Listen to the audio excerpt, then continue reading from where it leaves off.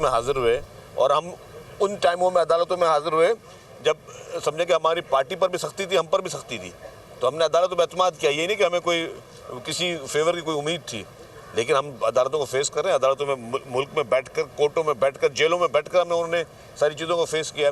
तो इमरान खान साहब का अगर ये उनका माइंड सेट है कि जी कि जज साहिबान भी उनके कहने पे चले, मुल्क की इस्टेब्लिशमेंट भी उनके कहने पे चले, मुल्क के सियासतदान भी उनके कहने पे चले, और वो पूरी और इलेक्शन कमीशन ऑफ पाकिस्तान भी उनके कहने पे चले। उन्होंने क्या किया, इसी इलेक्शन कमीशन ऑफ पाकिस्तान के जब चेयरमैन को मुकर्रर करना था तो इमरान खान ने कहा कि जी ये सबसे बेहतर से बेहतर आदमी यही है, और फिर जब वो उनके कहने पे वो जो है उनके पपेट नहीं बने तो फिर सबसे ज़्यादा जो है उन्होंने मुतनाज़ा सिकंदर सुल्तान साहब को बनाया।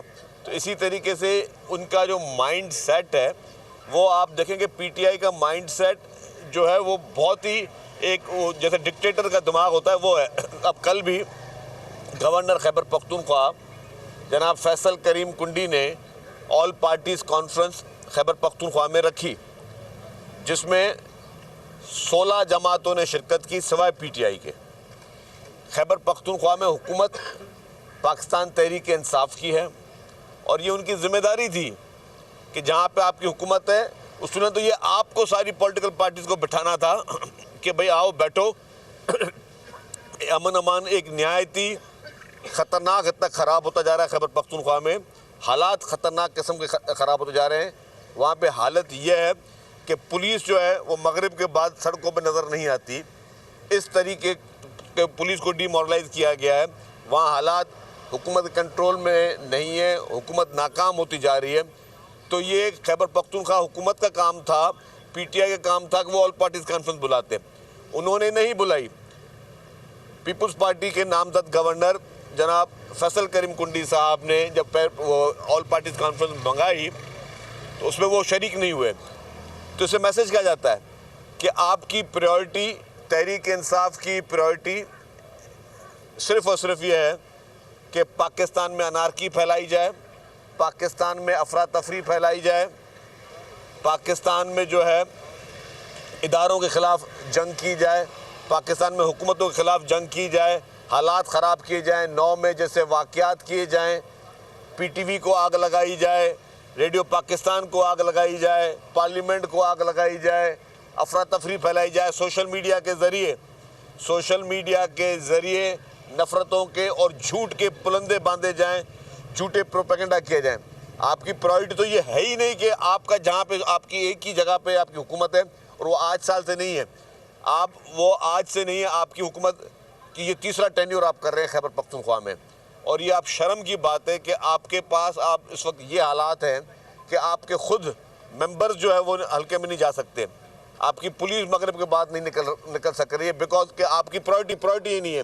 जिस पुलिस को आपने इस चीज़ पे ड्यूटी देनी चाहिए कि वो लॉ एंड ऑर्डर को देखे, वो दहशतगर्दों से लड़े, उस पुलिस को आपने कहा कि जी हर हफ्ते कोई ना कोई लॉन्ग मार्च करने के लिए आपको सिक्योरिटी फराहम करे, वो अपने हथियार और अपने टीयर गैसें जो वो आपको दे ताकि आप जाके वफाक पे हमला करो। आप अभी भी खुद भी कहते हो कि जी मेरे पास हथियार हैं, मेरे पास हिम्मत है, मेरे पास पैसा है, मैं हुकूमत से लड़ूंगा। फेडरल गवर्नमेंट से प्रोविंशियल गवर्नमेंट लड़ने की बात कर रही है। वही हथियार, वही पैसा, वो जो कहते हैं कि आप दिलेर हैं, वो दहशतगर्दों से लड़ने के लिए आप तैयार नहीं है। ये डूब मरने का मुकाम है इनके लिए कि आपको इस वक्त उन दहशतगर्दों से लड़ना है।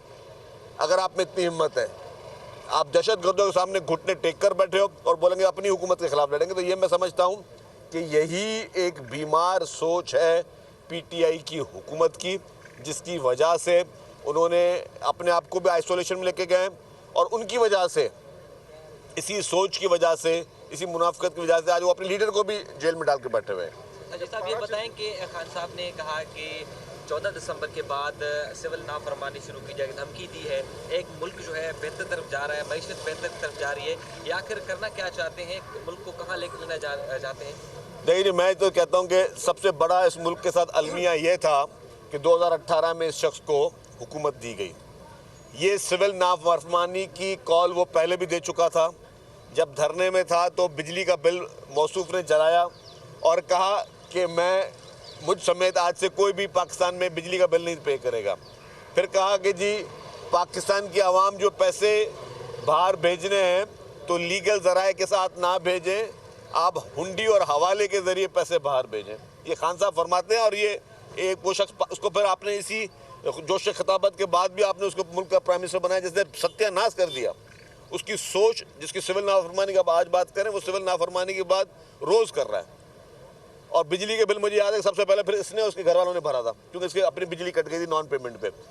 तो ये वो शख्स, ये वो पार्टी जिसकी सोच क्या है, यस बिजली के बिल ना भरो, सोच ये है कि आप अनारकी फैलाओ, सोच ये है कि पीटीवी को आग लगा दो, सोच है एम्बुलेंसों को आग लगा दो, सोच है कि भाई कोर कमांडर हाउस में जाके घुस के दावा बोलो, सोच आपकी ये है कि आप पूरे मुल्क में हर चीज़ को सब आग लगा दो, जला दो, गिरा दो, मार दो। बस अगर आपकी सोच ये होगी ना, तो आप कभी अपनी कामयाबी नहीं मिलेगी। आप सोच ये रखें कि हाँ, अब आज भी मैं कहता हूँ ये पॉजिटिव सोच के साथ आ जाए कि हाँ ठीक है, हमसे गलतियाँ हुई हैं, हमने ये चीज़ें की हैं, हमने गलत तरीके से लोगों को गुमराह करने की कोशिश की है। हम आइन और कानून के दायरे में रह के हम अदालतों को भी फेस करेंगे, हम सब्र का दामन नहीं छोड़ेंगे, हम कोई अनारकी नहीं फैलाएंगे, हम कोई मुल्क में अफरा तफरी नहीं फैलाएंगे, तो आपकी शायद मंजिल आसान हो सके। लेकिन आपके पास सिर्फ और सिर्फ जो है वो इंतशार है, नौजवानों को देने के लिए इंतशार है, आपके पास लोगों को देने के लिए सिर्फ इंतशार है। तो नेगेटिविटी जो होती है ना, वो कभी भी प्रिवेल नहीं करती। जी इस वक्त एक दफा फिर जो है इस्लामाबाद से कुछ हल्कों से ये 26वीं आईनी तरमीम से मुतालिक, हुकूमत की रिट से मुतालिक और पार्लियामेंट की रिट से मुतालिक कल भी खतूत दोबारा लिखे गए हैं और बातें हो रही हैं। तो पार्लियामेंट सॉवरेंट है या कोई एक इदारा सॉवरेंट है? देखिए, 26वीं आईनी तरमीम का अगर क्रेडिट मैं किसी को देता हूं तो वो चेयरमैन पाकिस्तान पीपल्स पार्टी मोहतरम बिलावल भुट्टो जरदारी साहब का क्रेडिट है। जिस तरीके से उन्होंने कंसेंसस पैदा किया और उसके नतीजे में आपके अब आईनी अदालतें बनी, आईनी जो है बेंचेस जो हैं वो बनी। कोशिश चेयरमैन साहब की ये थी कि आईनी अदालतें बने, लेकिन जो कंसेंसस नहीं हो सका, लेकिन एटलीस्ट वो कॉन्स्टिट्यूशनल कोर्ट्स बनाने में कामयाब हुए, जिससे वफाक में कॉन्स्टिट्यूशनल कोर्ट्स काम कर रही हैं। पाकिस्तान में वाहिद सूबा है, सूबा है सिंध। हालांकि और किसी सूबे ने अडॉप्ट नहीं किया, सूबा सिंध ने भी इसमें पहल की और कॉन्स्टिट्यूशनल कोर्ट्स जो हैं वो बना दे, कॉन्स्टिट्यूशनल बेंचेस जो हैं वो बना दी गई हैं। आपको हमारे पास इशू क्या है, मैं एक छोटा मिसाल देता हूँ, किसी और की बात नहीं करता। लोग बड़ी सियासतदानों को भी उल्टा सीधा बोलते रहते हैं। 9 साल के बाद आप मुकदमे से आपको कहा जाता है कि थोड़ा बहुत आपको रिलीफ मिलता है कि जी आपका केस यहाँ नहीं बनता था और आप दोबारा इसको किसी और कोर्ट ऑफ लॉ में लेके जाएं। लेकिन 9 साल तक जो आपने जो किसी का कैरेक्टर असैसिनेशन करते हो, 9 साल तक आप दिन में कितनी दफ़ा अदालतों में महीनों में आते हो, वो जो आप अपने लिए जो प्रॉब्लम करते हो, तो उसका हल क्या है? कि अगर हर केस में 10-10 साल लोग जो है वो ख्वार होते रहें, उसका हल ये है कि आप कोर्ट्स की तादाद बढ़ाएं, जजेस की तादाद बढ़ाएं और कॉन्स्टिट्यूशनल कोर्ट्स बने, ताकि आम आदमी जो है ना, आप और हम वो तो उस कर्ब से नहीं गुजरते। जब आम आदमी लेट्स सपोज कि वो किसी देहाती इलाके से उसको सुबह को 9 बजे कोर्ट पहुंचना होता है, तो कितना दूर से सफ़र करके आता है, कितना पहला उसको आना पड़ता होगा, रात को वो किसी और जगह पे उसका घर नहीं कहाँ रहना पड़ता। तो ये जो जस्टिस डिलेड जस्टिस डिनाइड जो है हमारे पास, उसकी वजह से बहुत ज़्यादा इश्यूज होते हैं। तो हम ये चाहते हैं और चेयरमैन पीपल्स पार्टी ये चाहते हैं कि लोगों को इंसाफ मिले, लोगों के मसले हल हों। इस तरह के केसेस भी थे कि किसी कत्ल के मुकदमे में किसी शख्स को सज़ाए मौत हो चुकी थी, बाद में अपील में वो शख्स जो उसको बरी कर दिया गया, लेकिन जो आपने उसकी ज़िंदगी गुजार दी वो गुजार दी, जो उसको आपने मार दिया वो मार दिया। इसी तरीके से जिन लोगों को सज़ाएं हुई वो बाद में वो बरी भी हुए। आगे बढ़ते हुए बात करें, अदालत ने पीटीआई के गिरफ्तार 5 रहनुमाओं को रिहा करने का हुक्म दे दिया। राजा बशारत, उमर अयूब, राजा माजिद, अहमद चट्टा, मलिक अजीम को रिहा करने का हुक्म। पेशावर हाई कोर्ट से जमानत होने के बावजूद क्यों गिरफ्तार किया, अदालत का इजहार बरहमी। इंसदाद दहशतगर्दी अदालत रावलपिंडी के जज अमजद अली शाह ने समाअत की। अदालत ने पीटीआई के गिरफ्तार 5 रहनुमाओं को रिहा करने का हुक्म दे दिया है। राजा बशारत, उमर अयूब, राजा माजिद, अहमद चट्टा, मलिक अजीम को रिहा करने का हुक्म जारी कर दिया गया है। पेशावर हाई कोर्ट से जमानत होने के बावजूद क्यों गिरफ्तार किया, अदालत का ये इजहार बरहमी सामने आया है। इंसदाद दहशतगर्दी अदालत रावलपिंडी के जज अमजद अली शाह ने समाअत की है।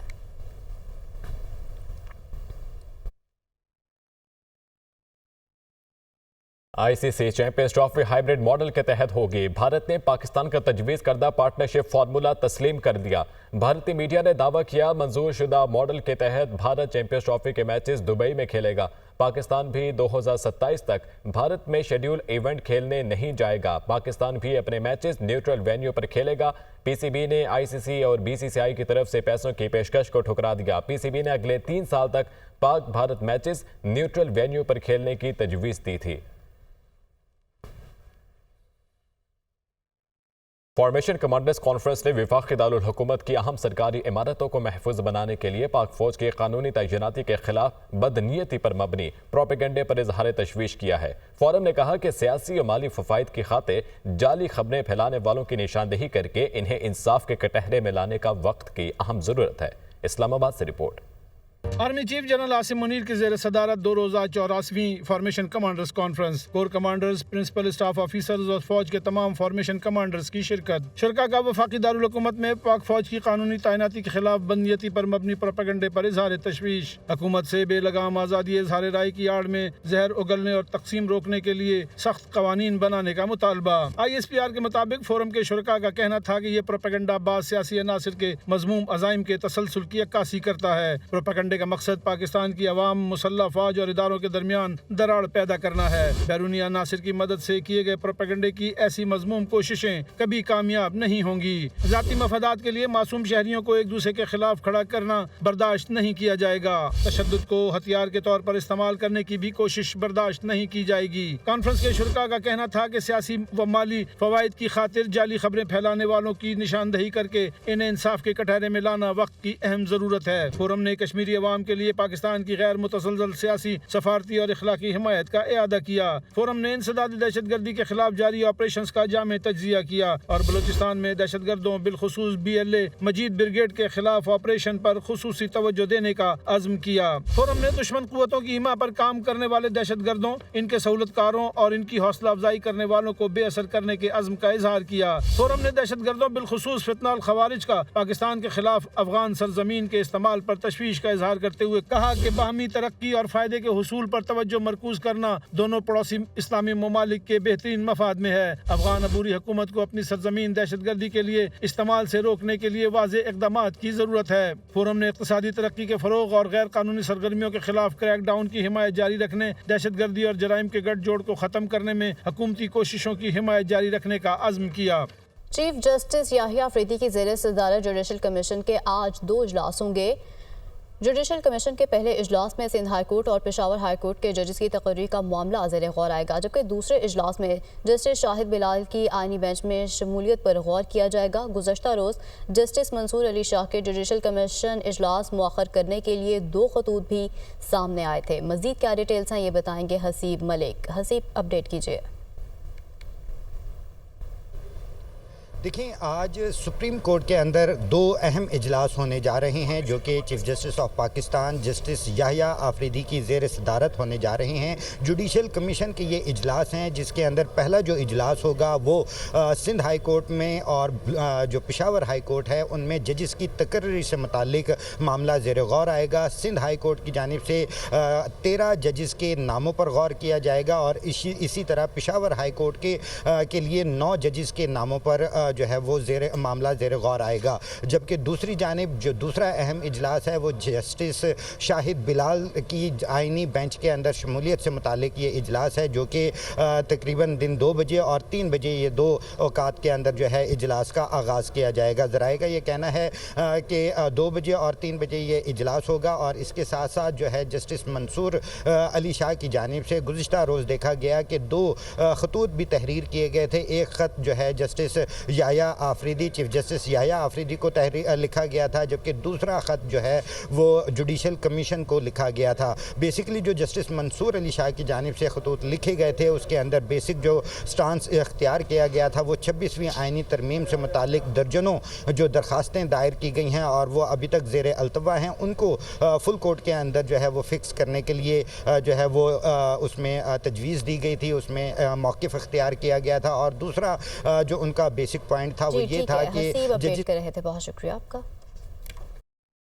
स्मोक केस की समाअत लाहौर हाईकोर्ट का मार्केटों का वक्त 10 बजे करने पर इजहार नाराजी, रिपोर्ट जमा कराए बगैर वक्त कैसे तब्दील हो गया। अदालत के एडवोकेट जनरल पंजाब से इस्तफसार, यहाँ बहुत सा प्रेशर ग्रुप और माफियाज हैं। जस्टिस शाहिद करीम, मार्केटों का वक्त तब्दील करने का अमल भी ऐसा ही लगता है, ऐसा कहना था जस्टिस शाहिद करीम का। अदालत की LDA को सड़कों पर रेडी लगाने के लिए पॉलिसी लाने की हिदायत। सड़कों पर रेडियां लगाने से ट्रैफिक की रवानी मुतासर होती है। मोहम्मद अशफाक हमारे साथ मौजूद हैं। अशफाक, बताइएगा स्मोक के हवाले से समाअत में क्या पेशरफ्त हुई है? जी बिल्कुल, लाहौर हाईकोर्ट के जस्टिस शाहिद करीम ने स्मोक के तदारुक के लिए दरख्वास्तों पर समाअत की है और इस हवाले से अदालत ने ये समाअत आइंदा जुमे तक मुलतवी करते हुए पंजाब हुकूमत से अमल-दरामद रिपोर्ट तलब कर ली है। जस्टिस शाहिद करीम ने अदालत में रिपोर्ट जमा करवाए बगैर मार्केट के औकात कर तब्दील करने पर इजहार नाराजगी की और ये कहा कि अदालत में रिपोर्ट जमा करवाए बगैर आपने खुद इस तरह कर दिया, जिस पर एडवोकेट जनरल पंजाब ने कहा कि मैं इस पर भी रिपोर्ट ले लेता हूँ कि किस बुनियाद पर मार्केट का वक्त तब्दील किया गया। आज लाहौर में सूरज ऐसे चमक रहा है जैसे इस्लामाबाद में चमकता है, तो जस्टिस शाहिद करीम ने कहा कि हमें इसे ज़ाया नहीं करना चाहिए और ये ना हो कि स्मोक वापस आ जाए। यहाँ बहुत प्रेशर ग्रुप और माफियाज हैं, मार्केट का वक्त तब्दील करने का अमल भी ऐसा ही लगता है। अदालत ने LDA को सड़कों पर रेडियां लगाने से मुतल्लिक जो पॉलिसी है वो मुरतब करने की हिदायत जारी कर दी है और आइंदा हफ्ते अमल दरामद रिपोर्ट तलब कर ली। ठीक है अशफाक, बहुत शुक्रिया आपका। तो नाजरीन, पाकिस्तान स्टॉक मार्केट के रिकॉर्ड पर रिकॉर्ड बनने लगे हैं। 100 इंडेक्स में 1136 पॉइंट्स का इजाफा हुआ है, जबकि 100 इंडेक्स 1,09,375 पॉइंट्स की सतह पर ट्रेडिंग के दौरान 100 इंडेक्स 1,09,478 पॉइंट्स को छू गया है। तो पाकिस्तान स्टॉक मार्केट के रिकॉर्ड पर रिकॉर्ड बन रहे हैं। इसी तरह 100 इंडेक्स में 1136 पॉइंट्स का इजाफा देखने में आया है। 100 इंडेक्स 1,09,375 पॉइंट्स की सतह पर ट्रेड कर रहा है। बानी PTI के खिलाफ मुल्क भर में दर्ज मुकदमात की तादाद में इजाफा। बानी PTI के खिलाफ दर्ज मुकदमात की तादाद 188 तक पहुंच गई। पंजाब में बानी PTI के खिलाफ 99 मुकदमात दर्ज हैं। वजारत दाखिला खैबर पख्तूनख्वा में बानी PTI के खिलाफ 2 मुकदमात दर्ज हैं। बानी PTI की बहन नूरीन नियाजी की दरख्वास्त पर वजारत दाखिला की रिपोर्ट इस्लामाबाद हाईकोर्ट में जमा। इस्लामाबाद में बानी PTI के खिलाफ 74 मुकदमात दर्ज। FIA में बानी PTI के खिलाफ 7 मुकदमात ज़ेर अल्तवा हैं। नैब में बानी PTI के खिलाफ 3 मुकदमात ज़ेर अल्तवा हैं। तफसीलात जानेंगे, रिजवान काजी हमारे साथ मौजूद हैं। रिजवान, आगाह कीजिएगा। जी, बानी PTI के खिलाफ मुल्क भर में दर्ज मुकदमात की तादाद में मजीद इजाफा हो गया है और बानी PTI के खिलाफ मुल्क भर में जो इस वक्त दर्ज मुकदमात हैं उनकी तादाद 188 तक पहुंच गई है।